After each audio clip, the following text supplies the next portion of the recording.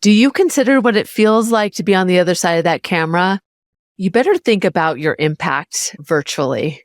I have some clients that don't, and it has impacted them. Stay tuned. I'll tell you more. Negotiations don't just happen in the boardroom. They happen in everyday life. I'm Susie Tomenchok, expert negotiator, author, and TEDx speaker. I'm glad you're here. I'm going to show you the art of negotiation without manipulation so you can level up, know your worth, and adopt a negotiator mindset. Let's go. Hi, welcome. I'm Susie. I am so happy that you made the choice to be here today.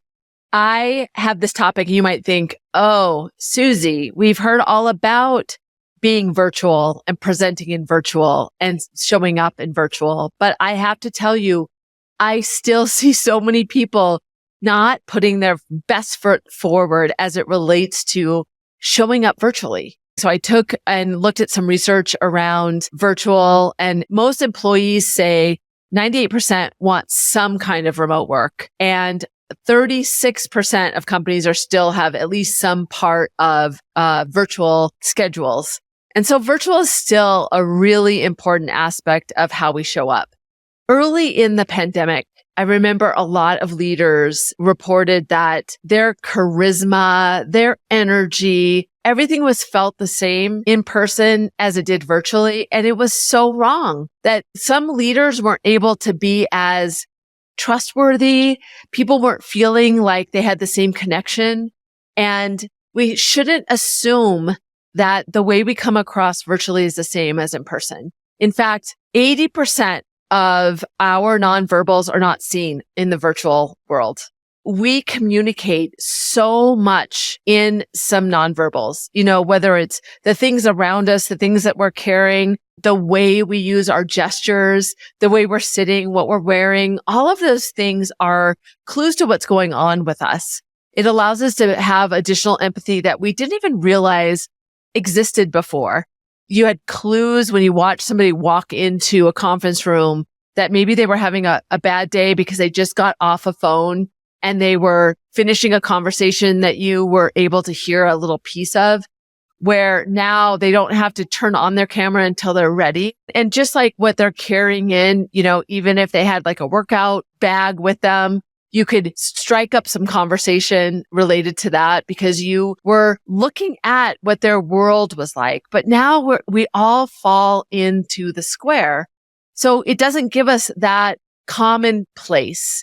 Even when you think about going into meetings and you're just sitting around getting them started, just that regular conversation, it's so much different when it's virtual. We've all felt that. To try to ask the right question, how was your weekend? Or make a comment about what you see on somebody's background, which may have nothing to do with what they're experiencing today. It's just, for us, it's like a picture frame. And sometimes it's not even real. And so our interaction, when you think about all those components of what it's like to be in the real world with the 3 dimensions, they also say our energy is much lower virtually than in person. So sometimes people can hype that up to really show a lot of emotion. Some people that it's going to look a lot different. So it's important to look at how we're framed in this world. How are we coming across to the other side? And even asking for advice. I often, I'm an executive coach, so I could often take the license to say to a client, hey, this is what I'm noticing about the way you show up. I think if I'm getting a clue into that, just want you to be aware of that, how that comes across to other people. It changes our ability to influence, to persuade.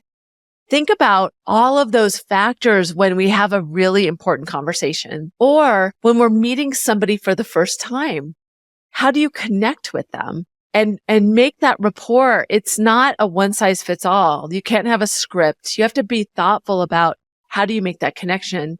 And it's more challenging. Sometimes we have to take more time, but we want to get to business. So when you think about having a high stakes situation, this just complicates it even more because you have your agenda. You have your clear goals about what you want to get out of the conversation and where you want to lead it, but you don't have full control, or you have less control because you don't have as much information that you can tie together. So just thinking about how you show up, I'm going to share some tips about little things that you can consider I want you to think about who you can ask and get feedback on or from. It's an important aspect of our existence now.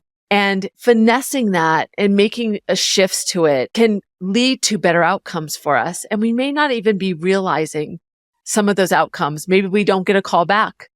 Maybe somebody is not happy with an outcome of a situation, and we don't have those nonverbals on the other side to understand that there's still something lingering or something that we need to address. So paying attention to this around the relationship, around not just the deal, but the relationship that you're cultivating.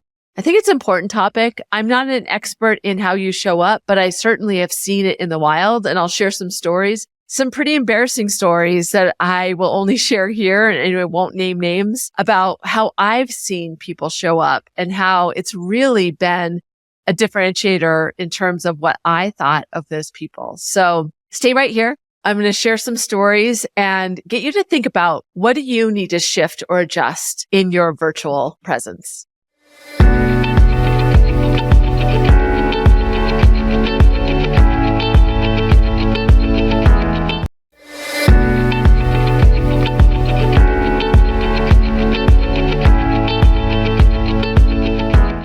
A list of items that I have seen in the wild. And this is going to be our stop section, because I'm going to talk about some of the things that I have seen in clients, not just in one-on-one, but as I see people present, as I've observed as somebody in the audience, as I've negotiated with people on different things for my business and for theirs. How they show up has impacted me and the trust I had for them. And it was interesting, even what I hear people say when I call them out on it and why they do it, because there's a little bit of, a little bit of defensiveness. I think maybe it comes from the fact that you don't want it to admit that you've been doing it all along. And gosh, if I admit that this has impact, then I've had a lot of negative impact in a lot of conversations that I've seen. So the first one is the note taking. I see people, I had this one client who, whether we were talking one-on-one or I would see him with his team, he would tell everybody he was note taking, which I think is a good best practice to say, I'm taking notes. But he would just always say, I'm taking notes on this screen over here. So basically just ignore that I'm not looking at you and I'm taking notes right here. And when I asked him about it and said, why don't you just take the notes like maybe on the screen and also tell me so that I know that your eyes are looking down here at the notes that you're taking. If you need to do that, fine.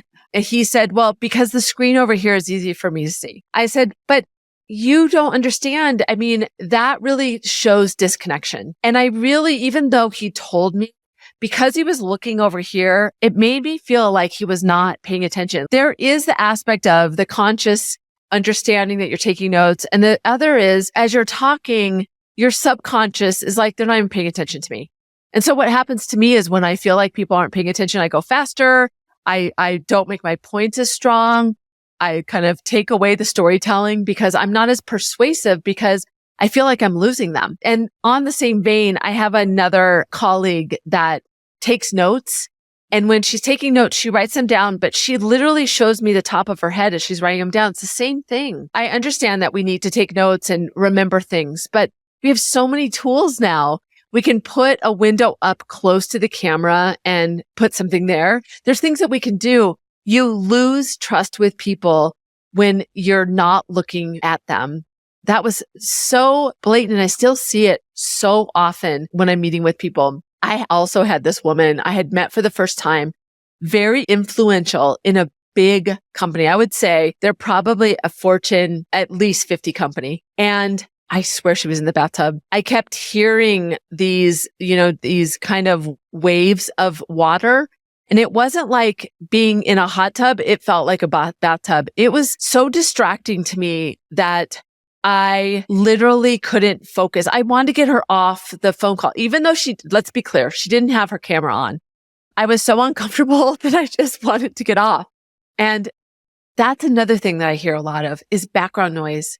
And if you're going to have a really great conversation with somebody and you're building trust, when you have a lot of background noise, even if they know you're in a coffee shop or they know that you have your headphones on or you're in an airport. I know sometimes we have to be in these noisy places. There's that subconscious of, I'm not that important to them. So there's so much going on. It makes the other side not feel the connection. So having awareness about that is really important. And then I have to call it out. The people that don't put their camera on, especially when it is a rapport building conversation. I was doing a negotiation with somebody and I even asked them, is your camera not working or why are you not on camera? And they were like, oh, I just don't like to be on camera. And so it changed the whole thing. And what I did was turn my camera off just to level set it. But I wanted to get out of there so fast. Not turning your camera on is a decision. I understand that we all have a lot of virtual conversations and we get overwhelmed or burnt out by it. That is real. I'm not saying that's not, but be thoughtful about the situation that you're in and if you need to be on camera and how are you on camera? The other thing is I see people a lot. They're like positioned in a weird place. I'm moving over whether you can just see their head. I was in a board meeting recently and all you could see was the top of this woman's head and you could tell she was looking down. And when she talked, you couldn't even see her mouth. You could just see the top of her forehead. So what we're going to stop doing, I want you to think about how are you showing up in your frame? Stop not having your camera on. Stop taking notes. Use AI, use something.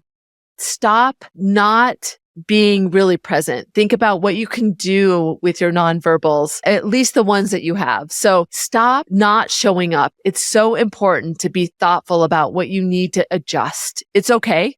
I know it's been some years that we've been doing this, but consider what you need to stop doing.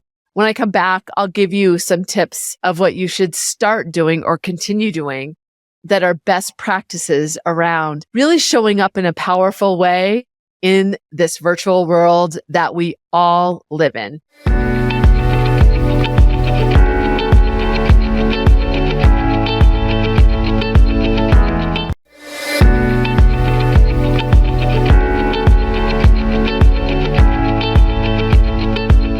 I want to get to a few tips. And the first is to really think about what is the outcome that you want to get when it is high stakes so that you come into the conversation being really thoughtful about how are you going to set the stage? How are you going to be clear about what you want to communicate?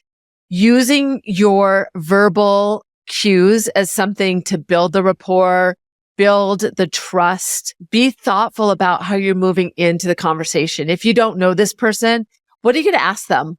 Do a little bit of research on the person to find out a little bit more about them so you can figure out a way to connect. That makes a difference. You don't have a lot of those nonverbal cues that you can play off of. So you need to take some stock in some of the digital assets that you have that you can look up something about them to at least learn some kind of connection. And even if it's not about them personally, what can you learn about their company? What good question could you ask to get them talking, to get them feeling comfortable? Those first few minutes in any conversation, especially when it's something that's really important to you, are really key. And when you don't know that person, you got to think about that. And even if it's a person that you know, be thoughtful about how are they coming to this conversation? Are they aware of the topic that you're going to bring up to them? Will they be surprised by it?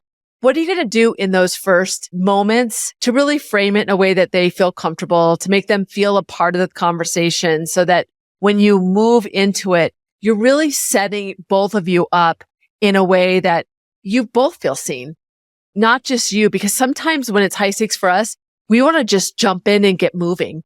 And in the virtual world, it's really important to set the stage. So that's my first tip. How are you going to set the stage? Be really thoughtful about it. And how are you going to connect with that other person? The second one is your frame. How do you look in the picture? Where is your face? Where are you in it? Because nonverbals are not available to us, how can you have, if you use your hands or you do communicate using them, how do you want them to see you? Is that something that they need to see?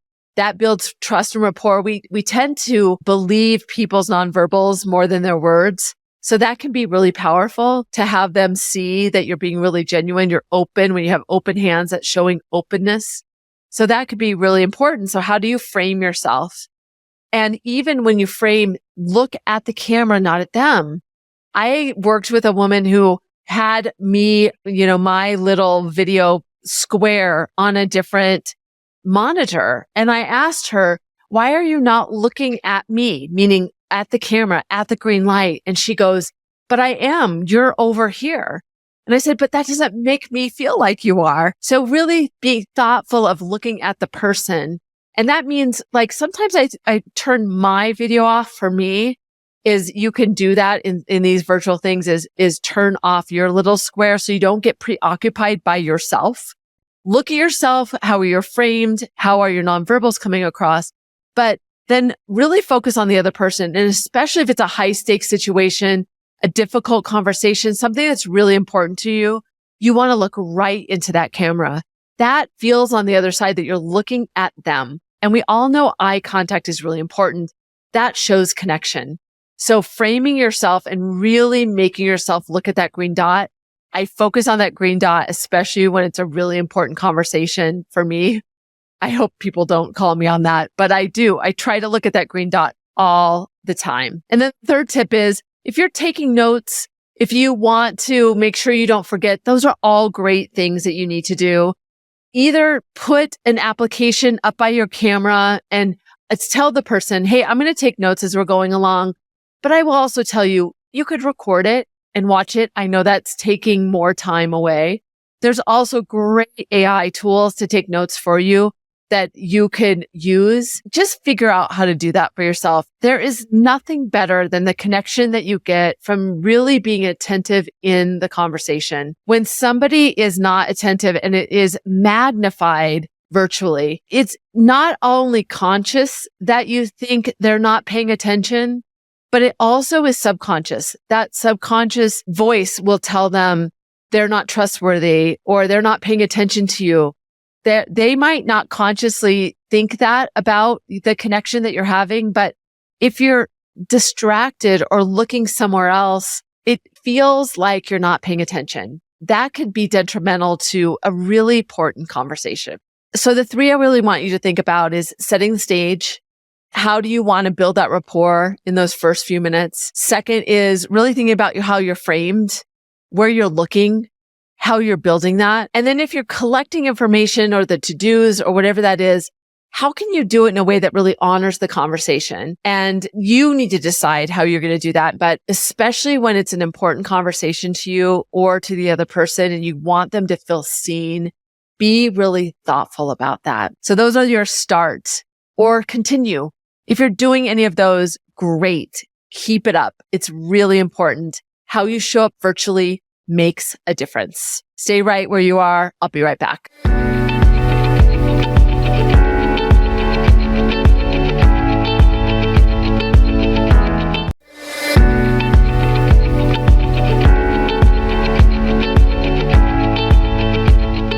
As an executive coach, it's really important for me that people take some of this advice, or if I've made you think today, what action are you really going to create for you? And so I want to ask you a powerful question. I want to give you something to consider. Are you showing up virtually in a way that's giving you the impact that you need? Now, you may not be able to answer that question yourself. Maybe you want to go watch yourself. That can be painful, but can be very powerful. It would be great if you could ask others, peers, people you trust, not just somebody that adores you and loves you, but ask somebody that will really look at you with an objective and critical eye and tell you how you come across virtually and what can you do. It could be as simple as tilting your camera down, showing your nonverbals, stepping back from the camera a little, focusing directly at the camera. What are the things that you could do virtually that will allow you to show up in a way that creates the most impact? That's a tough question to answer. And you may need to be curious and asking other people. And even in the moment when you've had a conversation with somebody and maybe give it a couple days or right afterwards, even say to them, how did I come across virtually? What advice would you give me if you were coaching me? Try to see yourself from other people's eyes. It's really hard to do virtually because we are on all the time. And there's so much that we do that we just believe that the way we're coming across is good enough. And I want to argue that, and I've seen it, that there are times when we're not showing up in the best way for the situation. Have some situational awareness, especially when, and maybe you look at as a high stakes conversation, an important conversation with you, for you, if it has to be virtual, how are you going to show up to have the biggest impact for an outcome that's important to you, and it'll be good for the relationship overall? Taking the time to consider that will allow you to show up differently and make it a part of your regular practice. You know, when I started looking at the camera and really focusing on that green light, it took me a long time. I had to put a little sticky note by the camera and say, look here, to remind myself that that's really important to the other side. It didn't feel that comfortable to me, but I knew it was a bigger impact to the person on the other side of the camera. If you liked this, I'd love for you to join my newsletter. You can go to negotiationlove.com and sign up there. I'm going to talk more about this for that group, for those people, and give you a little bit more insight into how to show up as a negotiator and as an executive. So go ahead and sign up. I'd love to have you join me there.